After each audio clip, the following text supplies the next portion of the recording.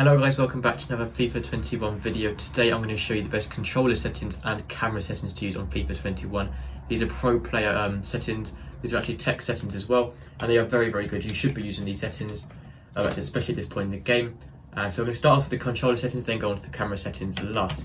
So start off with control device. Obviously that doesn't matter. I'm showing you this on keyboard because I'm recording on PC, but this is the controller settings, so don't worry about keyboard, about it saying keyboard here. This is what you would use on controller.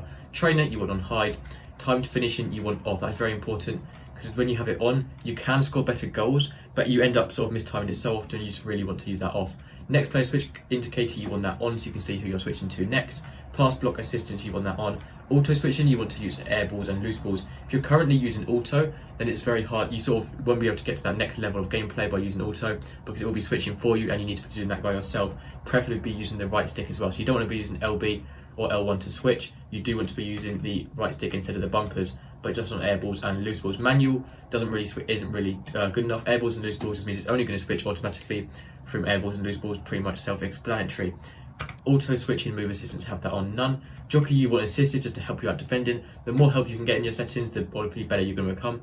Auto flare pass you want that off, so it doesn't try and do skilled and flared passes automatically. Auto clearances you definitely want that on. Auto shots you want on. It doesn't mean it's going to shoot automatically, but it just does help with shooting pretty much. Not really sure what it does too much anyway. Player lock you want on. Contextual agile dribbling you definitely want that on. Assisted headers, this is a very important one. You need to have that on. It's either on or off, but on, there's no reason to have this on. It just makes headers so much more accurate and from passing and shooting headers. But honestly, it's so worth having it on. Headers are very hard to get accurately anyway, so having that on just means you're going to score more headers. It's as simple as that.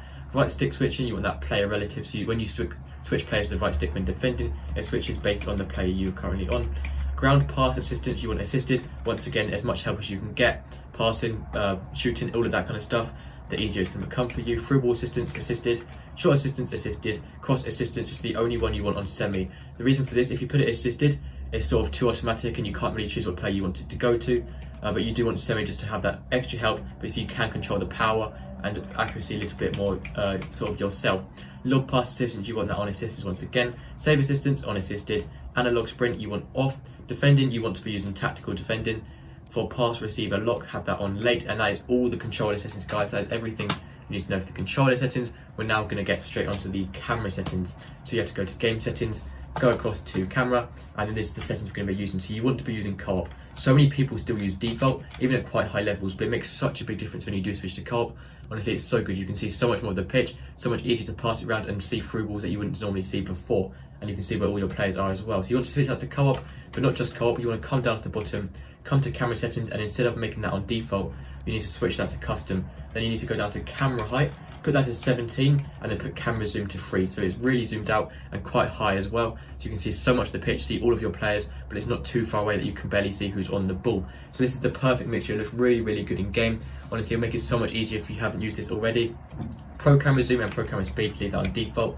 There's no point changing that, but these two here, put these on 17 and 3. It's what all the pros use. Almost every single pro uses those exact settings. Some of them may be slightly different, but this is the best general sort of thing to go with. It's really good, guys. So thank you for watching. That's going to be everything for today's video. Just quite a quick video on camera settings and controller settings. So thank you for watching. Make sure to subscribe, and I'll see you in the next video. Goodbye.